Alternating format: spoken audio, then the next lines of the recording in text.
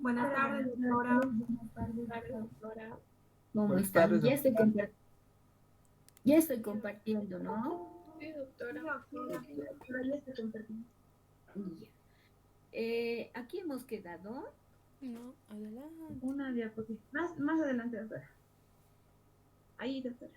Ahí ya. Una Entonces, bueno, diapositiva atrás. una atrás o adelante. Una atrás, doctora. Esta ya le... Sí, ahí estaba. Y ya. Entonces, dentro de lo que son los trastornos de la conducta alimentaria, ¿no es cierto? Hemos hablado ya en general de todas las causas que producen estos trastornos. Y bueno, la anorexia nerviosa es uno de los trastornos de la conducta alimentaria que son de los más frecuentes. También ha sido uno de los primeros en que ha sido estudiado como tal. Y bueno, hemos visto que ha habido desde siempre, ¿no es cierto? Que los trastornos de la conducta alimentaria también se han presentado a lo largo de los años y que también la anorexia tiene una historia, ¿no es cierto? Cuando vemos a Santa Librada, que renunció a su cuerpo tras una agresión sexual. ¿Qué quiere decir eso? Que se dejó morir por inanición. Santa Catalina de Siena, que murió con 25 kilos tras varios años de ayuno casi total, porque ella quería conseguir la unificación del papado en ese entonces, pero pues obviamente no lo consiguió y solo se alimentaba en base a pan y agua. Santa Fortis ayunaba y rezaba para librarse de su belleza y de esa manera ahuyentar la atención de los hombres, ¿no es cierto? Tan Santa Teresa de Ávila se inducía al vómito con una rama de oliva, pero todas ellas en la comida, en la atención o el hecho de no comer, que se constituye al principio como una penitencia, ¿no es cierto? El ayuno, entonces, pero a lo largo de los años hemos visto que se ha transformado en un trastorno. Desde Santa Luidina de Chedam, Sor Juana Inés de la Cruz, San Francisco de Asís, Gandhi, la emperatriz Sisi, Lady Di, Victoria de Suecia, todas las modelos de pasarela que conocemos, ¿no es cierto?, que tienen este trastorno. Entonces, este trastorno afecta principalmente a esas clases sociales, ¿no es cierto? Aunque también vemos que la historia se ha iniciado con unas monjitas, ¿no? Desde modelos de pasarela que han muerto en la pasarela, Anaí, Santa Ana Bárbara, que son cantantes, bueno, entonces todas ellas padecen este trastorno. Es un problema de la conducta alimentaria en el cual vemos que hay un estado de desnutrición autoinducida, se caracteriza por esa gran preocupación por la imagen corporal, el miedo intenso a ganar peso y convertirse en una persona obesa. Hemos visto entre los factores de riesgo, tanto familiares como individuales, ¿no es cierto?, que estas personas temen ganar peso o convertirse en obesas debido a que en sus familias hay esa historia familiar de obesidad, también de trastornos de conducta alimentaria. Entonces tienen temor a convertirse en obesos aun cuando su peso esté por debajo del que es considerado normal para su talla y para su edad, ¿no? Entonces el deseo de delgadez eh, puede ser tan intenso que puede llegar a la caquexia. Afecta mayoritariamente a prepúberes o adolescentes, aunque hemos visto que cada vez se está presentando a menor edad. Hay ese deseo irrefrenable de delgadez, el rechazo a mantener el peso mínimo corporal normal, ese miedo intenso a engordar, esa distorsión del esquema corporal, la restricción alimentaria y las conductas de purga. La edad de comienzo se sitúa al final de la adolescencia, aunque hemos visto que la edad más común es alrededor de los 15 años y solo este 5% de los pacientes anoréxicos inicia el trastorno después de los 20 años y se incrementa el riesgo entre hermanos, ¿no es cierto?, de un 6 a 6%. Y esto sobre todo en las hermanas, porque hemos visto las conductas aprendidas, el comportamiento aprendido, el comportamiento en las familias. Es 10 a 20 veces más frecuente en mujeres que en hombres y es más común en países desarrollados y en mujeres cuyas profesiones hacen que tengan que estar delgadas, como las modelos, las bailarinas, ¿no? Entonces, hay muchas causas, entre las que ya hemos visto, ¿no es cierto?, en todas las generalidades, las biológicas, sociales, las psicológicas y las psicodinámicas. Estas pacientes se ven muy influenciadas por el énfasis que pone la sociedad sobre la delgadez y el ejercicio, ¿no es cierto? El culto a la belleza, el culto al cuerpo, que son tan importantes y que tienen tanta eh, influencia para que estas personas puedan tener estos trastornos. También esas relaciones estrechas pero problemáticas con los padres y la tendencia a centrar la atención en los problemas que existen en los hogares, sobre todo de estas personas que quieren lograr la perfección, ¿no es cierto? Entonces los factores psicológicos que si bien hemos visto, también en estas personas sienten que sus cuerpos están de alguna manera bajo el control de sus padres, ¿cierto? Y que ellos tienen que tener la autonomía y por lo tanto empiezan a tener estas conductas restrictivas o purgativas. La conducta anoréxica es una forma para reprimir deseos e instintos. Por eso se dice que hay una escisión del yo, ¿no es cierto? Nuestro aparato psíquico, que nuestro yo tiene que estar fortalecido.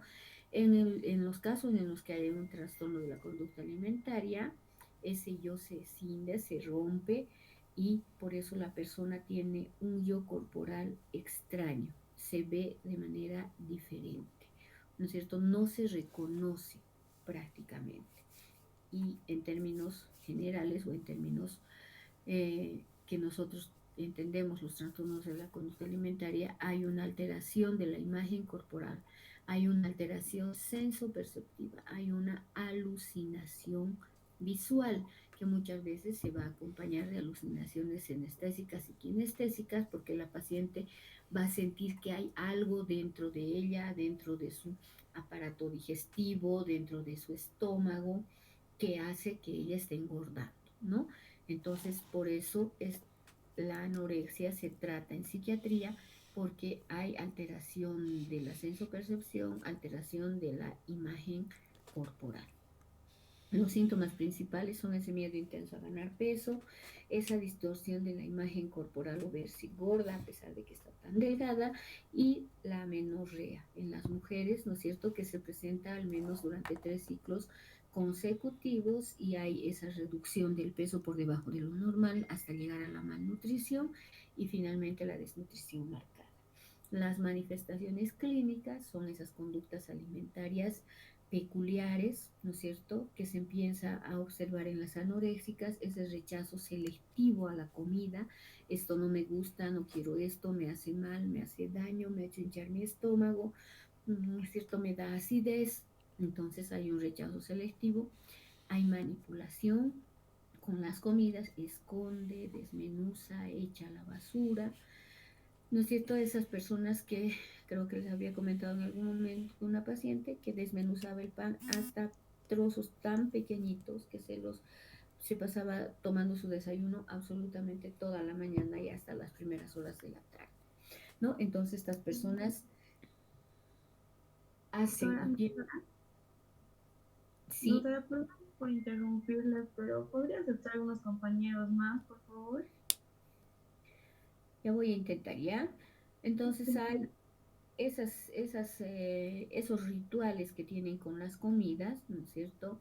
De ordenar, de poner en fila, de desmenuzar, poner a un ladito las zanahorias, a otro las arvejas, pican en trozos tan pequeñitos las comidas, entonces que realmente además van adquiriendo esas actitudes obsesivo-compulsivas como la potomanía, ese afán de tomar agua todo el día, ¿no es cierto? Entonces que realmente se sienten llenos, ¿no?, cuando llegan las horas de las comidas. Hay aislamiento, prefieren comer solas, comer de pie, estar en movimiento, todo con el afán de no consumir la comida, ¿no?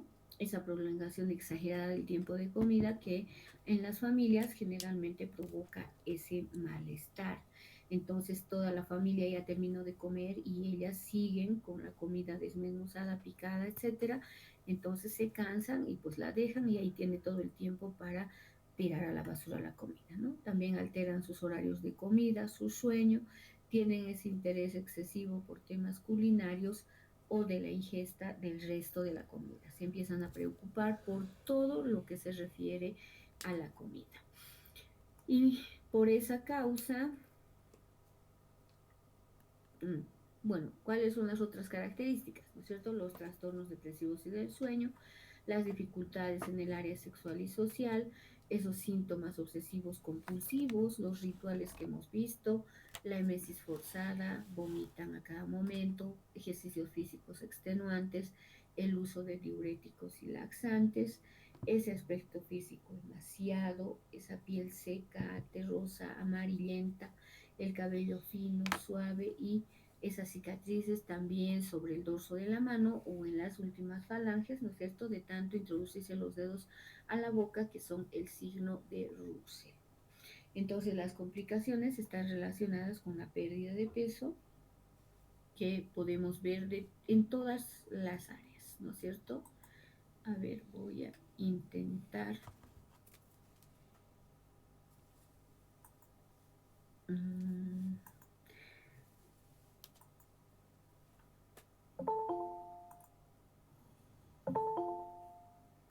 Perdón, pero no sé hacerlo de otra forma. Por eso me tengo que salir de la presentación. ¿Sí? Serán todos, ¿no?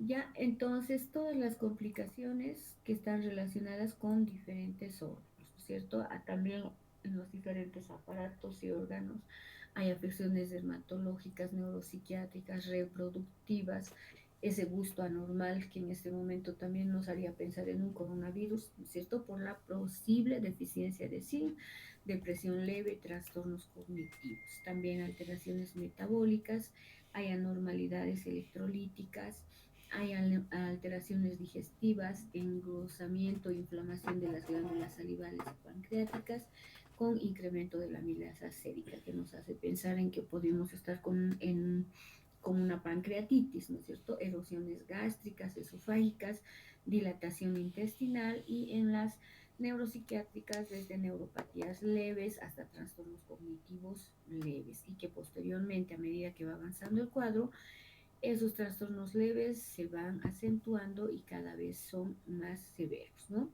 La mortalidad va de un 5 a 10% en consecuencia de todas las alteraciones metabólicas que se producen a nivel electrolítico y finalmente las infecciones y el suicidio. ¿Qué exámenes tenemos que realizar cuando vemos a estos pacientes? En una evaluación de la función tiroidea, les decía, en varios trastornos mentales tenemos que tener en cuenta algunos órganos o algunas alteraciones en algunos sistemas para ver que eso, para descartar que esa alteración esté provocando los síntomas somáticos. Entonces ahí puede haber disminución de las concentraciones plasmáticas de la T3, de la triiodotironina, y también tenemos que hacer una evaluación de la función renal, de los electrolitos serios, ver el índice de filtración glomerular que está disminuido y de acuerdo a eso tenemos que dosificar los medicamentos si vamos a usar medicamentos en su momento. En el electroencefalograma hay anormalidades inespecíficas, no hay nada patognomónico, ¿no es cierto? Puede haber leucopenia, linfocitosis, también algunos pacientes tenemos que hacerles el test de la supresión de la dexametasona, el test el cortisol también para ver si no hay un problema depresivo de fondo, el electrocardiograma que presenta ondas de planas o invertidas y con depresión del segmento cerebral, ¿no? Para realizar el diagnóstico tenemos que especificar qué tipo de anorexia nerviosa es, si es del tipo restrictivo o es del tipo compulsivo y purgativo.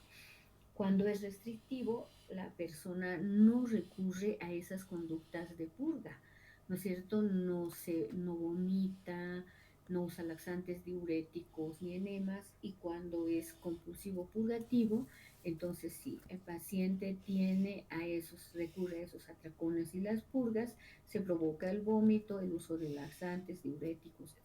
¿Cuáles son los criterios de hospitalización? En realidad, tanto en la anorexia, en la bulimia y en los otros trastornos, ¿no? El manejo ambulatorio que ha fracasado, ¿no? Entonces se ha intentado realizar el manejo ambulatorio en estas pacientes y no se puede, o porque los padres no pueden controlar a la paciente, o porque no tienen el tiempo, o su tiempo realmente está ocupado en otras cosas, o porque muchas veces han perdido la paciencia ya no tienen tolerancia a todas las situaciones porque es estar detrás de la paciente, ¿no es cierto? O del paciente. Entonces también, entonces en esos casos está indicada la hospitalización. Las conductas autodestructivas, ¿no es cierto?, de realizar ese ejercicio de forma tan violenta durante largas horas, de purgarse con diuréticos, enemas, laxantes, también es una causa de hospitalización. El vómito intratable, el vómito que incoercible, las hematemesis, los sangrados, los desvanecimientos, los desmayos, los síncopes, el edema periférico marcado, ese edema periférico que nos está indicando que hay una disproteinemia, ¿no es cierto? Hay una hipoalbuminemia, hay trastorno en las proteínas, entonces, ¿qué está provocando ese edema? Las pacientes se están viendo gordas y al ver que se están hinchando con mayor razón, entonces, ¿no es cierto?, tienen una razón para decir que están aumentando de peso y que los demás están equivocados.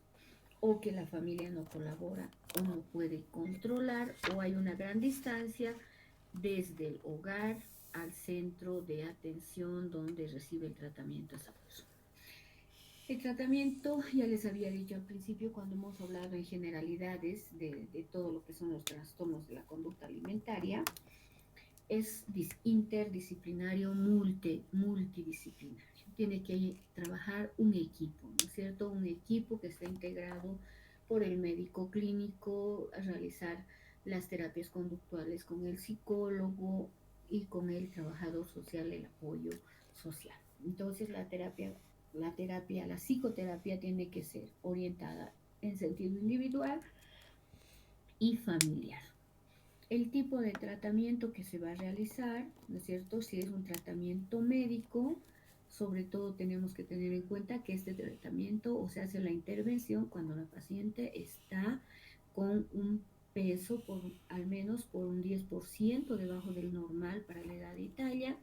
Hay historia de vómitos, abuso de laxantes, restricción grave de alimentos, lo que habíamos dicho en los criterios de hospitalización, ¿no es cierto? Entonces esto se hace como una intervención en esta crisis o en esta descompensación hemodinámica que tiene el paciente, ¿no? Entonces, ¿qué elementos tenemos que tener en cuenta para realizar o al realizar el tratamiento médico? La recuperación del peso, la rehidratación, la corrección de los electrolitos y tenemos que tomarle el peso ambulatorio en forma periódica y también un dosaje.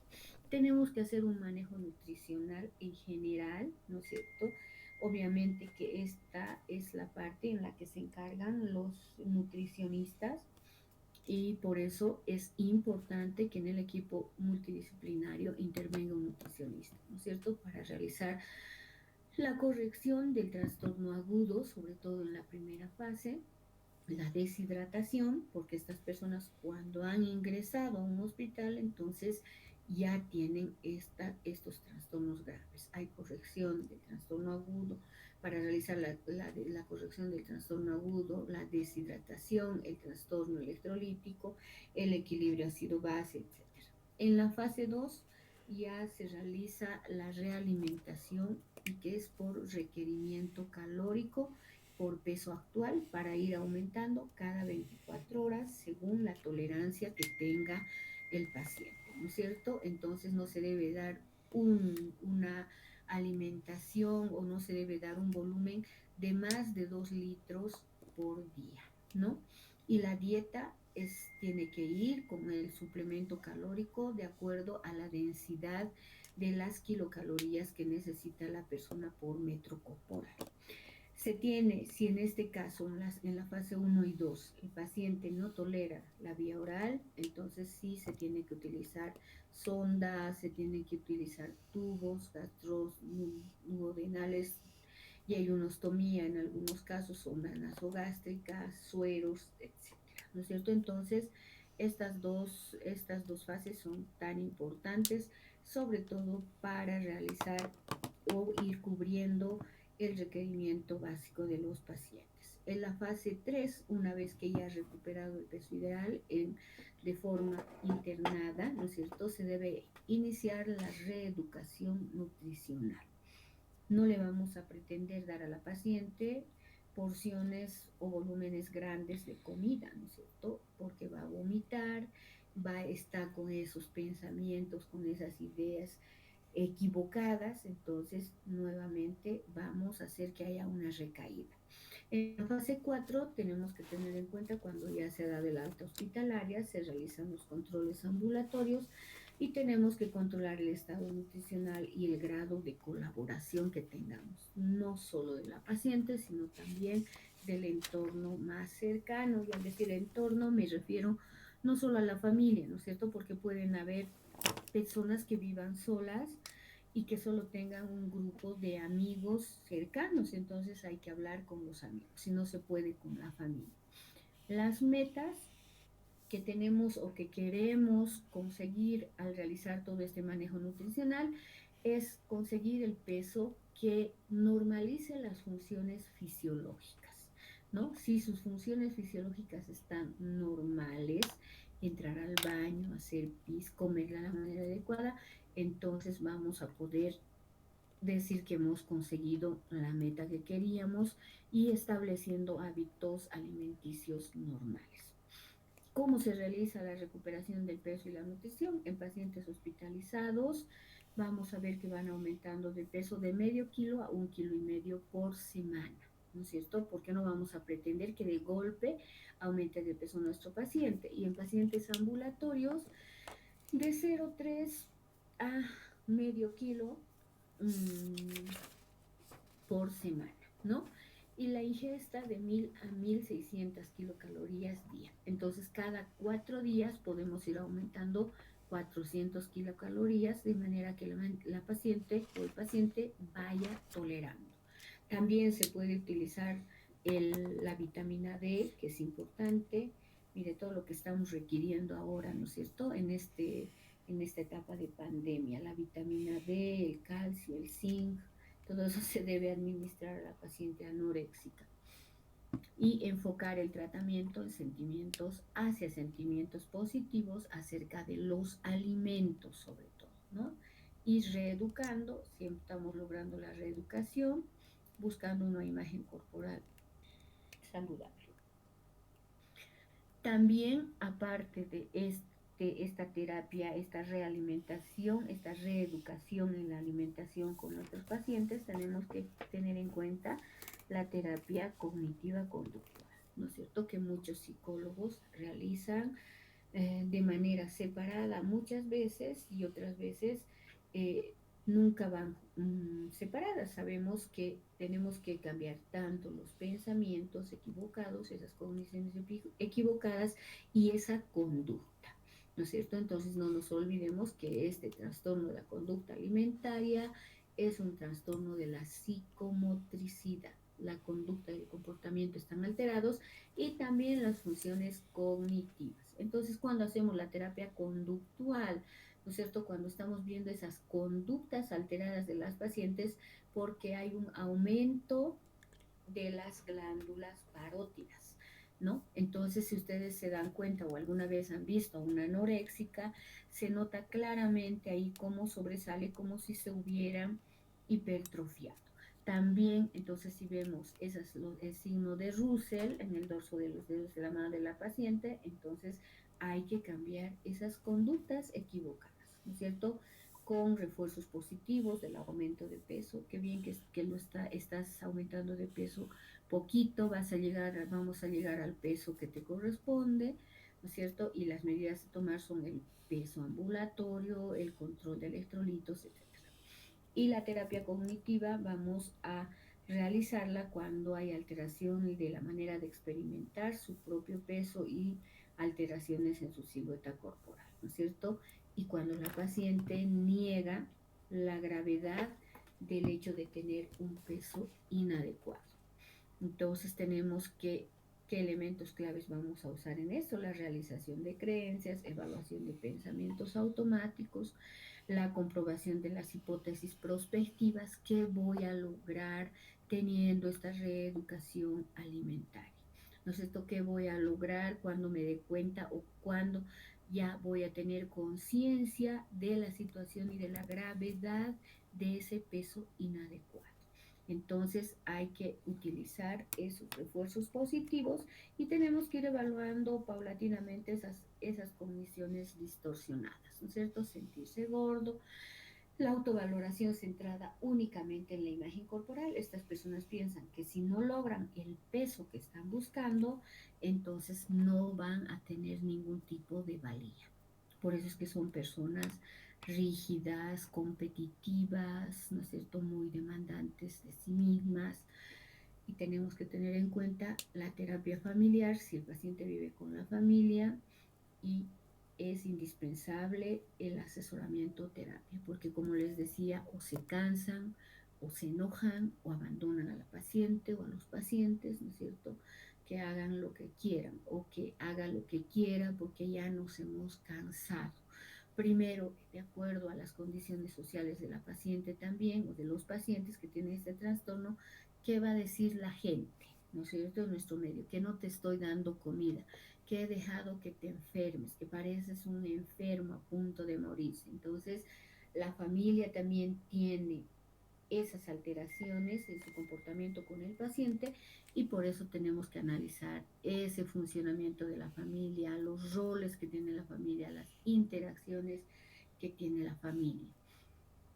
Tenemos que hacer una terapia farmacológica, por supuesto, con antipsicóticos, ¿no es cierto? Si es lo que está predominando en este trastorno es la alteración de la imagen corporal o hay una distorsión de la imagen corporal, entonces tenemos que utilizar antipsicóticos porque hay una alteración sensoperceptiva, hay alucinaciones.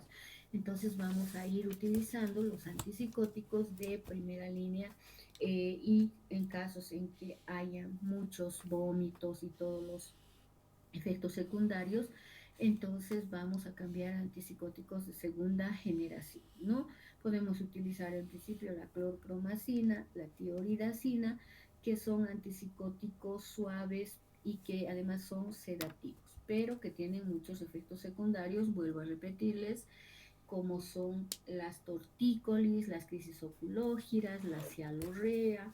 Entonces, esos síntomas van a hacer que los pacientes abandonen el tratamiento. Entonces, podemos utilizar la risperidona, la olanzapina, la quetiapina, que además va a ayudar a la resocialización del paciente.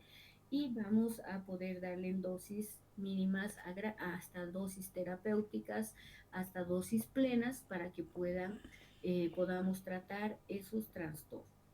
La ciproheptadina, que es un estimulante del apetito, también se va a ir empezando con la administración de este fármaco de una manera gradual, ¿no es cierto? E ir aumentando paulatinamente para hasta alcanzar el efecto que queremos en la paciente, ¿no? Entonces, en los pacientes anoréxicos que son muy hiperactivos, que no realizan atracones ni purgas, pero son hiperactivos, realizan ejercicio físico bastante intenso, entonces en ellos resulta muy bien utilizar la ciprotadina. Y pues por último los antidepresivos, que estos trastornos se acompañan finalmente de depresión, ¿no es cierto? Cuando el paciente toma conciencia de la situación que está viviendo, entonces realmente se deprime. Una vez que ya ha pasado toda la etapa aguda, hemos hecho el tratamiento con antipsicóticos incisivos y que han ido cambiando esa percepción de su imagen hasta una percepción normal, entonces ya podemos utilizar los antidepresivos, los inhibidores selectivos de la recaptación de serotonina, que son los que tienen menos efectos secundarios y que es mejor utilizarlos cuando ya la paciente o el paciente ha recuperado su peso, ya que tiende a inducir una activación del trastorno. ¿Por qué? Porque con estos antidepresivos generalmente uno va aumentando de peso, ¿no es cierto? Un poco. Entonces, como hay la tranquilidad, esa sensación de tranquilidad y calma, entonces el paciente empieza a comer de una manera adecuada y aumenta de peso y eso hace que otra vez se active la enfermedad, ¿no? También hay que tener en cuenta que esas conductas obsesivo-compulsivas van a desaparecer y sobre todo en la depresión grave. Los antidepresivos tricíclicos, que también se los puede utilizar a dosis bajas debido a los efectos secundarios, sobre todo cardiológicos y cardiovasculares. También es preferible utilizarlos después de que el paciente ha recuperado el peso y sobre todo en aquellos pacientes con depresión grave, que nos va a ayudar además como con una inducción del sueño, relajante muscular y nos va a ayudar a provocar somnolencia y tranquilidad. Hay que tener en cuenta que la anorexia no es una moda, no es un juego, es una enfermedad que no consiste en parecerse al cuerpo de las modelos, ¿no es cierto? Es mucho más complejo. Una anoréxica lo que busca es la perfección y a veces piensan que siendo tan delgadas lo van a conseguir. La bulimia, que es otro de los trastornos de la conducta alimentaria, literalmente quiere decir bulimia, hambre de buey. Y esta enfermedad se caracteriza por esos episodios secretos de excesiva ingestión de alimentos. Y generalmente, ¿qué alimentos son? Son alimentos azucarados, ricos en sal, ¿no es cierto? Comida chatarra prácticamente. Porque se dice que las bulímicas, en su mayoría, si no se generaliza, pero en su mayoría, tienen comida escondida, ¿no es cierto? En sus carteras, en su habitación, en algunas cajas, dentro de su ropa, y pues obviamente no van a esconder fruta, no van a esconder verduras, ¿no es cierto? Entonces, generalmente esconden y se dan los atracones de comida chatarra. Entonces hay esa excesiva ingestión de alimentos, esos atracones y seguidos por ese método inapropiado para controlar su peso, como el vómito autoinducido, el abuso de laxantes, diuréticos, la realización de ejercicios demasiado exigentes para el cuerpo. En cuanto a la historia de la bulimia, el interés por este trastorno se inició en la mitad de los años 70 al publicarse una serie de informes y donde se describía el síndrome de atracones y purgas, ¿no es cierto?, entre estudiantes universitarias americanas. Y en 1979, el doctor Russell, el que habló y describió tanto la bulimia, publicó un artículo indicando que era una variante nefasta de la anorexia nerviosa, ¿no? La bulimia como tal. En 1800, Fallon realizó un estudio a través de un artículo que publicó en una revista Cosmopolitan, que ustedes han debido escuchar hablar de esa, describiendo todos los signos, síntomas de esta enfermedad y pidió a las lectoras de esta revista que se pusieran en contacto con él para llenar un cuestionario y poder concluir su trabajo, ¿no? Y actualmente, hasta la actualidad, se han realizado numerosos estudios sobre el tema y se ha hallado que este trastorno es un problema importante de salud pública, que muchas veces no está diagnosticado en su totalidad, está infradiagnosticado. ¿Por qué? Porque quien más tarda en darse cuenta de que una hija puede estar padeciendo bulimia es la madre, a diferencia de la anorexia, que la baja de peso no se puede esconder, ¿no es cierto? En cambio, en la bulimia, las pacientes tienen un peso adecuado e incluso un sobrepeso muchas veces.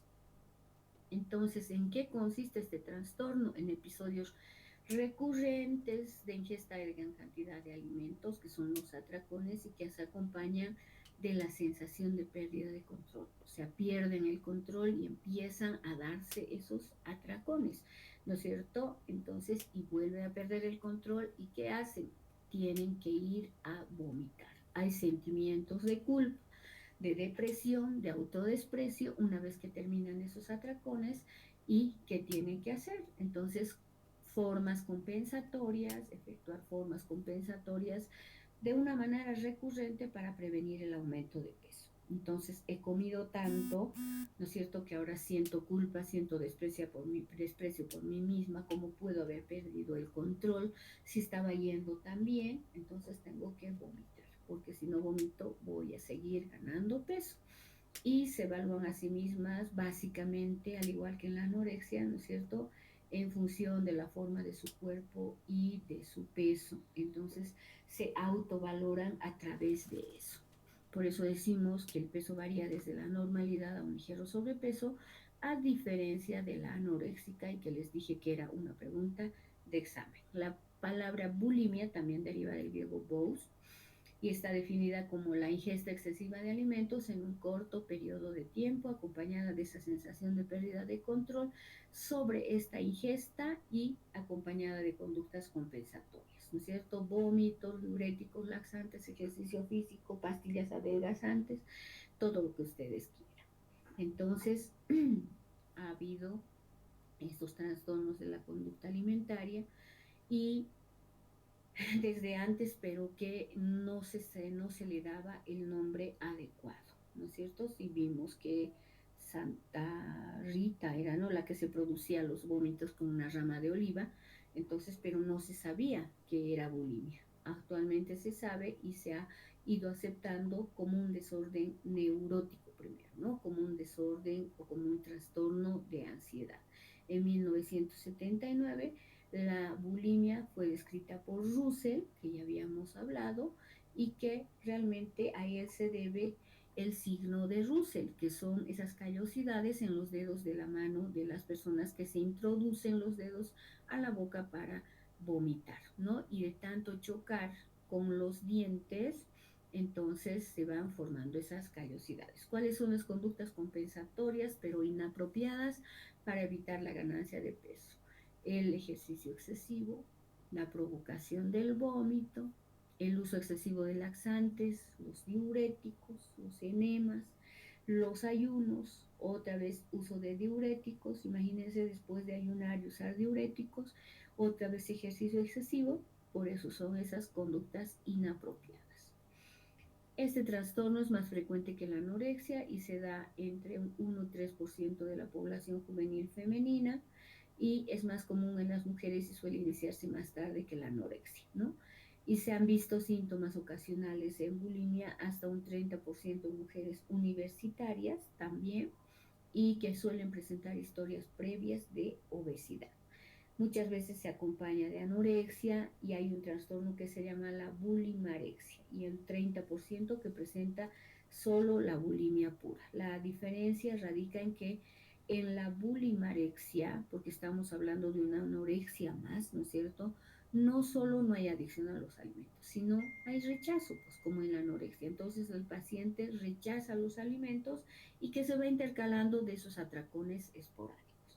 Las causas que hemos visto también, las biológicas, sociales, psicológicas, y se dice que está asociado este trastorno, no se olviden de la bulimia nerviosa, está asociado al trastorno límite de personalidad, que se caracteriza, ya sabemos, porque hay una marcada inestabilidad emocional, inestabilidad, hipersensibilidad, impulsividad, ¿no es cierto? Porque estas personas pierden ese control, entonces vomitan impulsivamente, hacen ejercicios de manera compulsiva, hay poca tolerancia a la frustración, hay inseguridad, sentimientos de minusvalía, baja autoestima, falta de confianza en sí misma, en sus capacidades, en las capacidades que tiene la persona de identificarse consigo misma y con el medio que le rodea.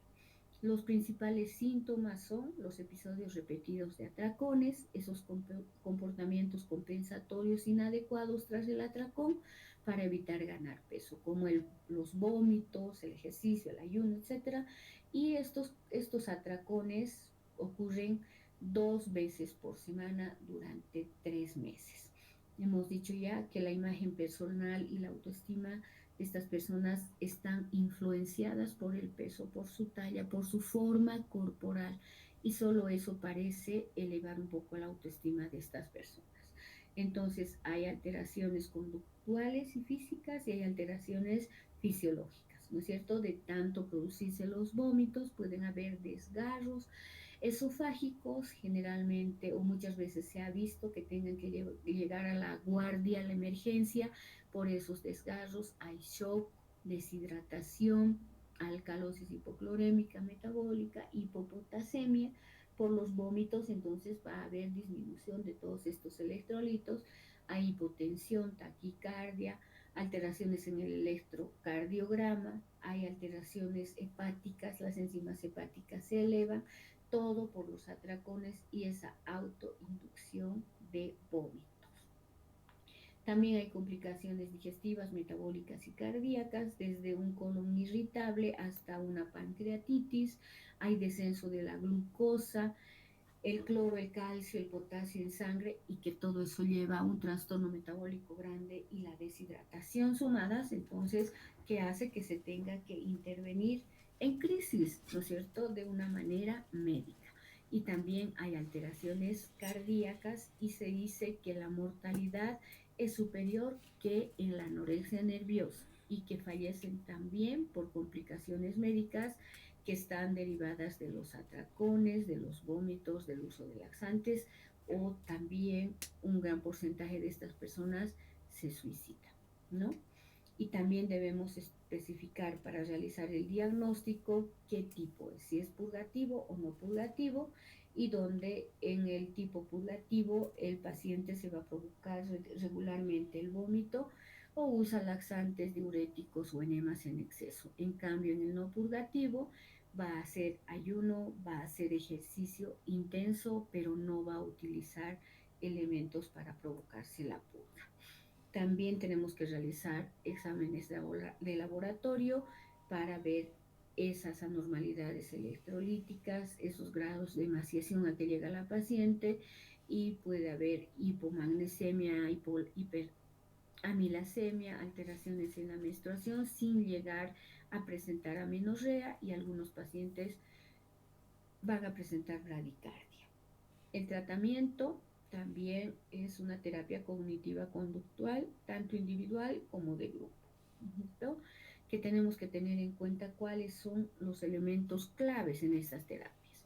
El componente psicoeducativo de todos los aspectos del trastorno bulímico. Entonces hay que educar a la familia y educar a la paciente acerca de todos los aspectos que tiene este trastorno, y tenemos que realizar además, ¿no es cierto?, evaluaciones psiquiátricas y médicas antes de iniciar la terapia para ver qué alteraciones importantes hay, y las indicaciones están dadas en adultos ambulatorios jóvenes, ¿no?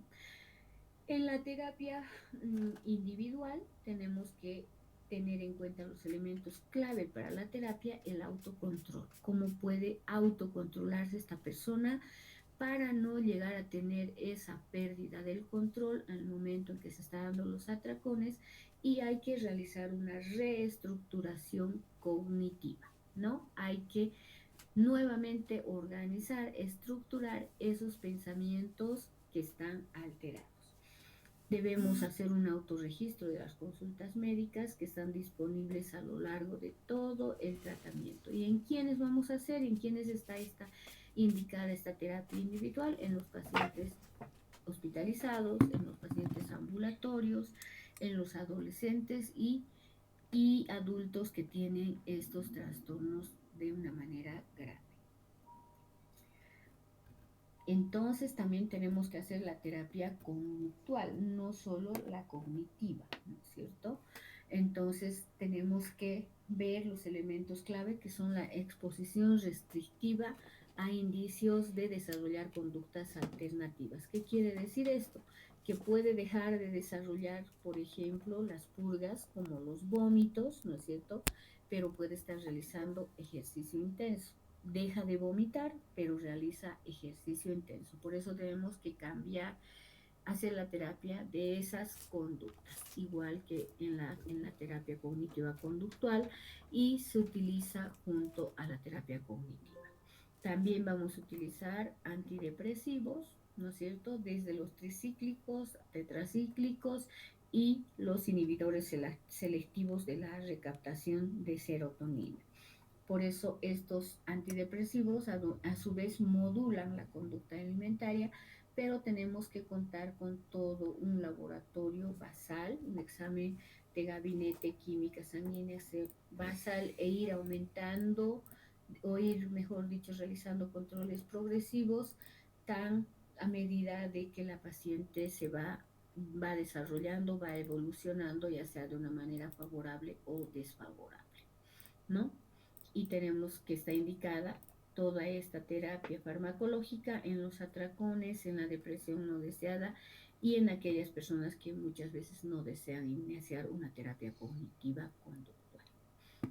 Por último, al hablar de bulimia, hablamos de la bulimia multiimpulsiva, que fue descrita por Evans y Lancey en 1986, que se caracteriza por la alta prevalencia de comportamientos impulsivos, abuso de drogas y alcohol, tentativas de suicidio, autolesiones, desinhibición sexual, cleptomanía y antecedentes de abuso sexual, ¿no? Entonces, todas estas situaciones nos pueden hacer pensar en una bulimia multiimpulsiva. La verdadera belleza se encuentra en nuestro interior y la mostramos con nuestra actitud, independientemente de que nuestro físico sea la primera percepción de cada uno. Ahí vamos a quedar para no quedarnos a medias. ¿Ya? ¿Están ahí? Está bien, Sí, doctora. doctora, está bien. Ya, porque he pensado que se han ido, porque he hablado y hablado y hablado. ¿Ya? Nos vemos entonces el viernes. Hasta el viernes. Doctora, Hasta hasta luego, luego. doctora. Que les vaya bien. Hasta luego.